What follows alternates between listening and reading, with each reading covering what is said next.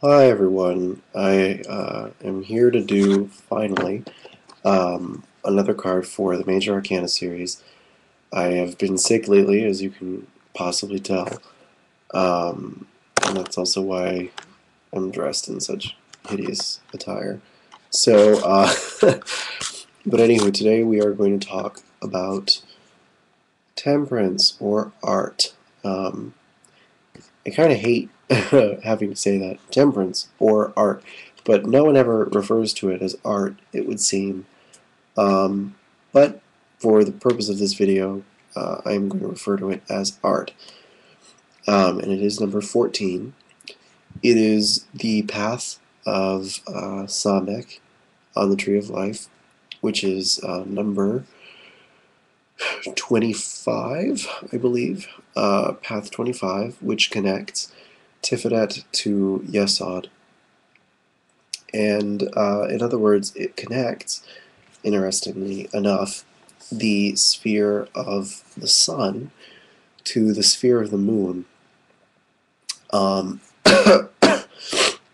so it is a particularly symbolic card to deal with. This is one that I have always kind of struggled with, in the same way that I have always struggled with the Lovers. And interestingly enough, the two are considered a pair. And this is because the two are opposite each other on the zodiac wheel. So they're considered to represent basically the same thing in different octaves, where they both represent forms of the alchemical marriage, or conjunctio. Uh, Sorry. There's going to be a lot of that in this video, just warning you. So, in the Lovers, we had Salve, which is the act of dissolving. And in art, I'm just going to keep holding it up. In art, we have coagula, which is, of course, like coagulate, to reassemble or put back together. The idea is that when you separate a substance and refine it and then put it back together with its complementary substance, when you put it back together, it is something entirely different. You have created, excuse me, a new thing. And so essentially we are being shown that this is the basic process by which nature acts, by which nature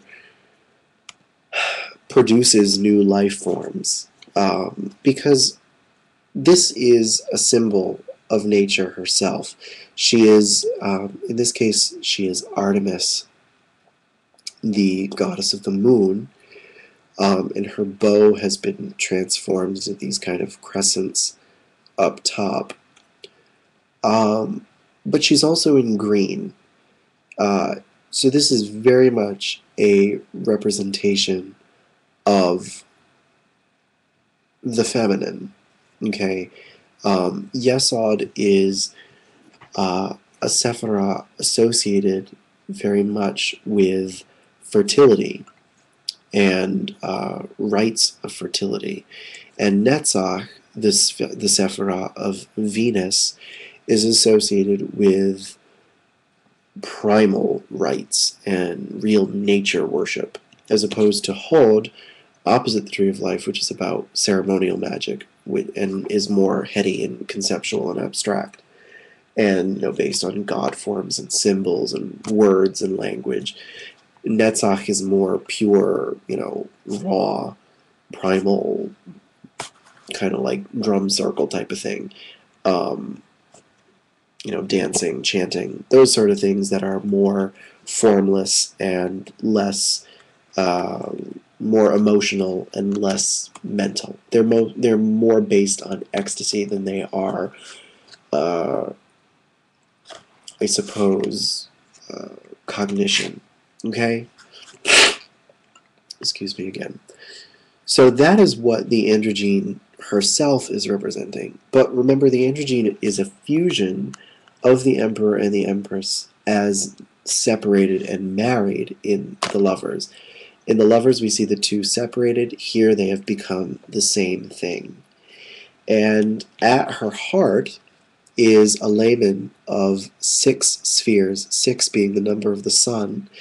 And so this is basically saying Tiphareth is here, okay? So we are being shown, essentially, a hieroglyph of the feminine, the body of the androgyne, and the masculine, the heart of the androgyne. And so in many ways, we can also see this as a different version of the chariot. The chariot represents very much the same thing in that it shows the combined or conjoined masculine and feminine. Lust does the same thing. The man and the woman conjoined. So, that's definitely an interesting layer to think about here, because we are fusing the lunar principle of the subconscious with the solar principle of the conscious. We are basically bringing all the muck of the subconscious into the light of the conscious through the process of refining it in this basin here. The eagle has traded her white gluten for the blood of the tiger, and vice versa. He has traded his blood for the white gluten of the eagle.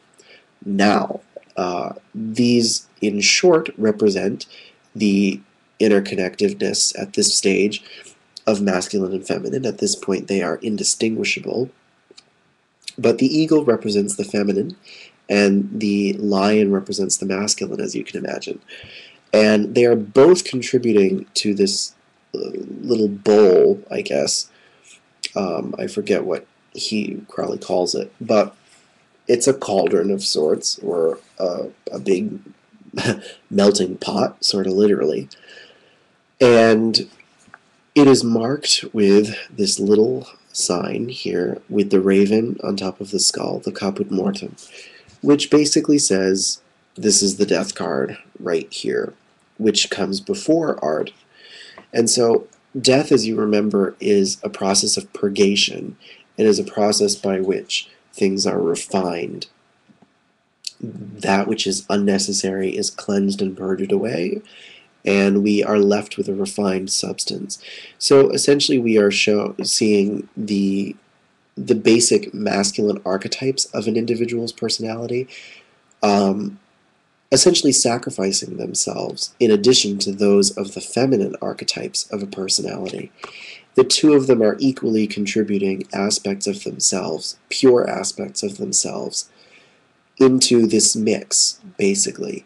They are refining themselves through, in a way, self-sacrifice in death.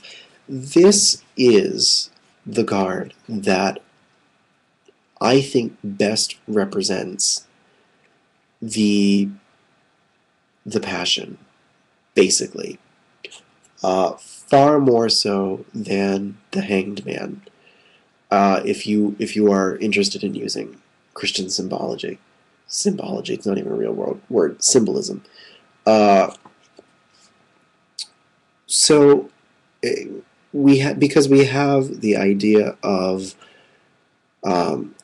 in some respects, we have the body, which is feminine, and the blood, which is masculine, both being given up in a way to achieve redemption, which is the light of consciousness, which is the light of understanding and the dispelling of ignorance, and creation and fertility.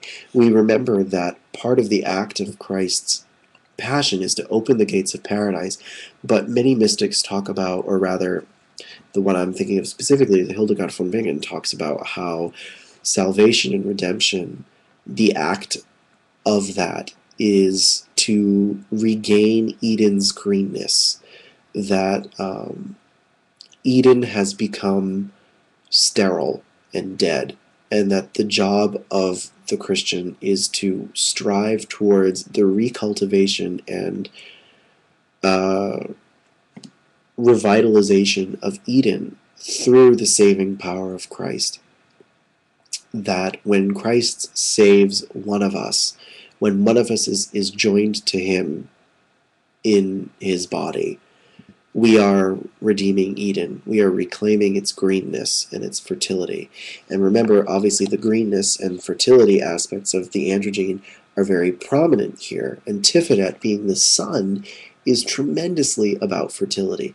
The whole image of the androgyne is about fertility and becoming a paradisical being.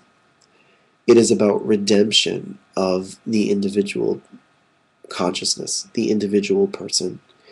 It is laying claim to that person's personal divinity in some ways. So that requires making self-sacrifice in some way.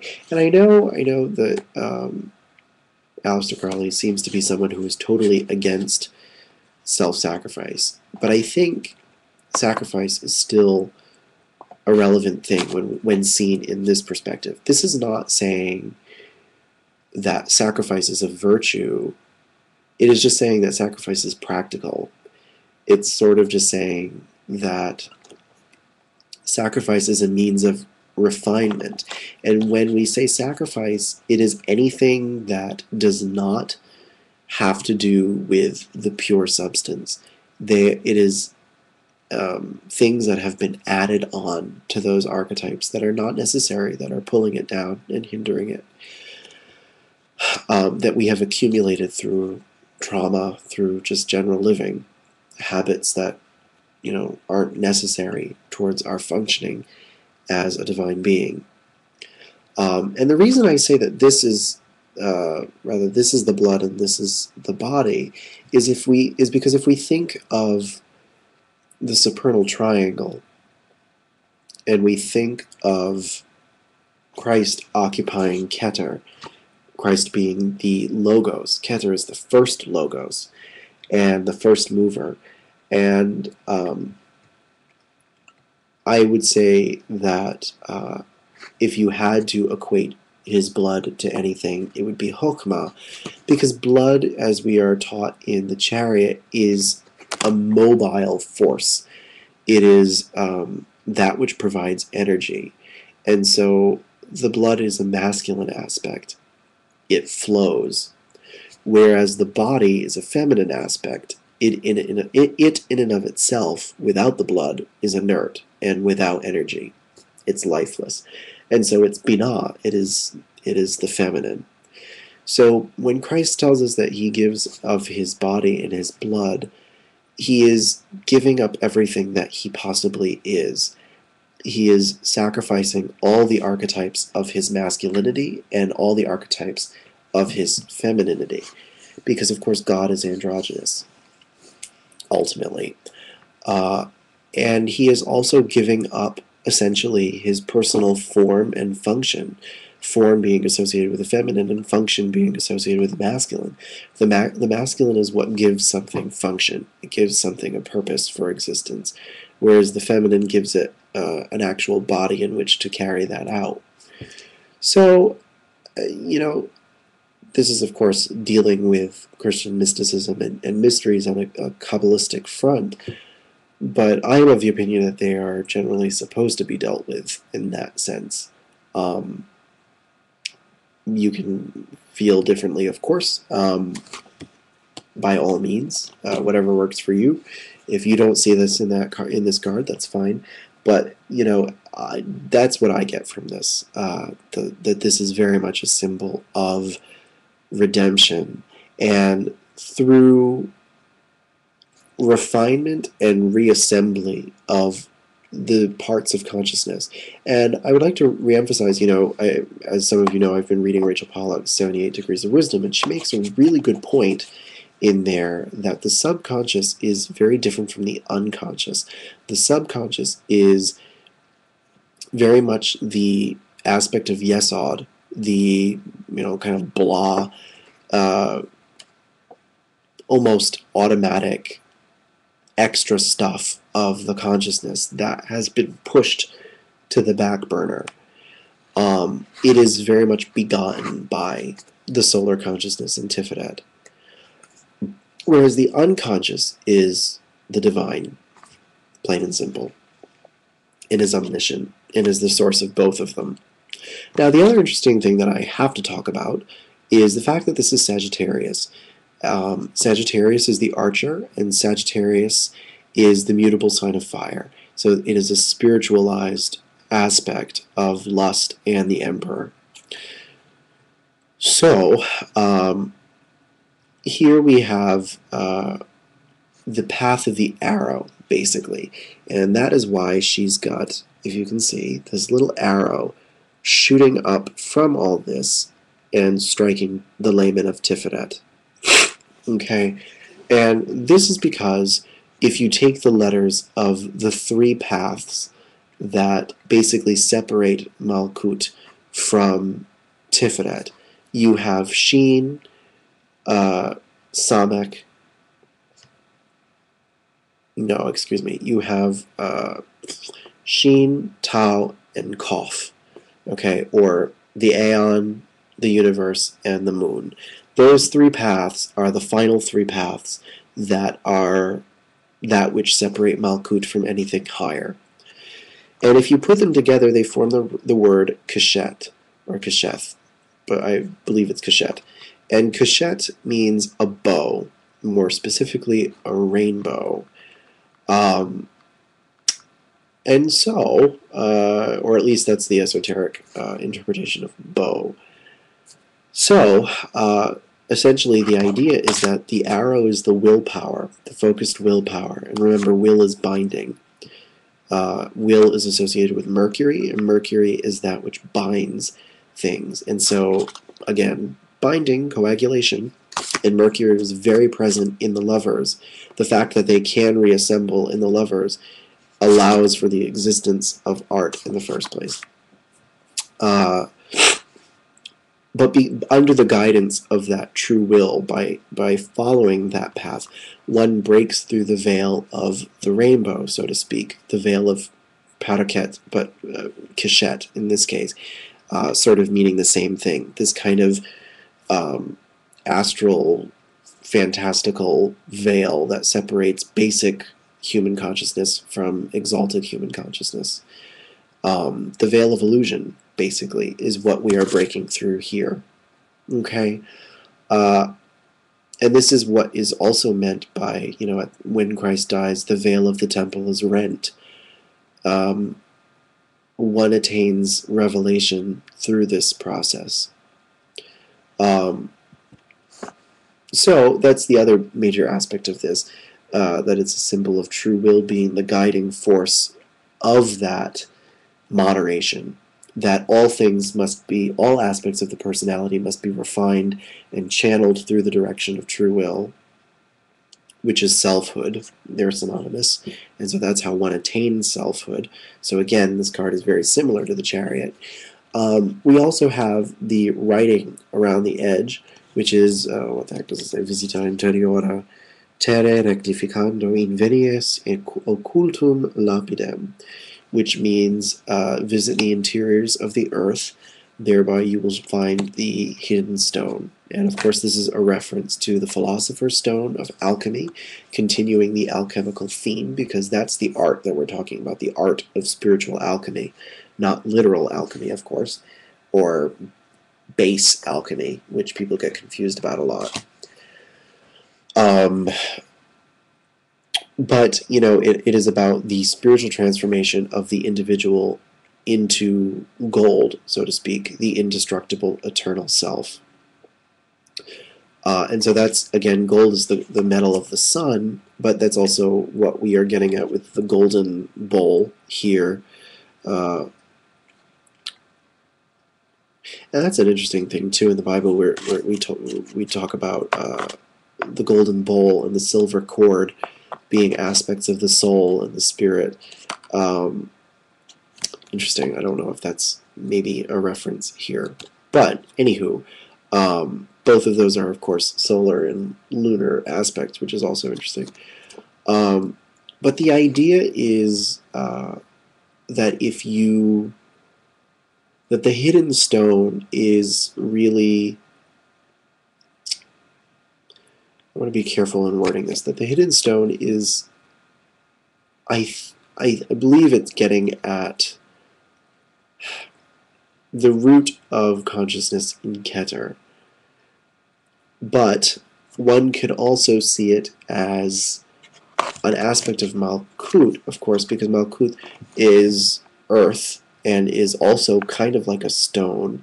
It's sort of like, because we also hear that Keter is, or Malkuth is Keter on a different level, on a manifested level. And so in some ways it's about discovering Keter, but I think it again goes back to the story of the Passion and the harrowing of hell in Christian mythos. One of the added aspects of the Passion that accumulated in the Middle Ages was that when Christ died, and for those 3 days between his death and resurrection, he descended into hell and harrowed it, basically redeeming the souls of purgatory that had just been forgotten there for the Old Testament. In the Old Testament, anyone who was righteous who had died before Christ's coming, and he brought them up to heaven, basically. So it is basically the same sort of thing here. In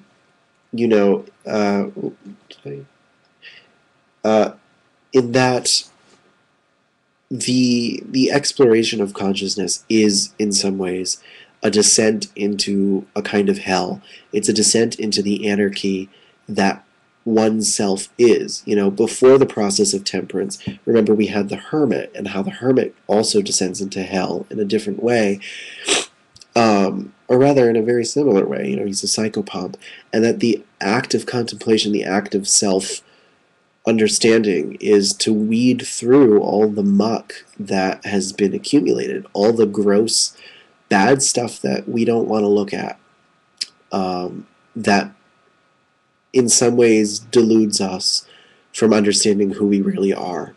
We start to associate ourselves with this chaotic mess of stuff that is not really pure.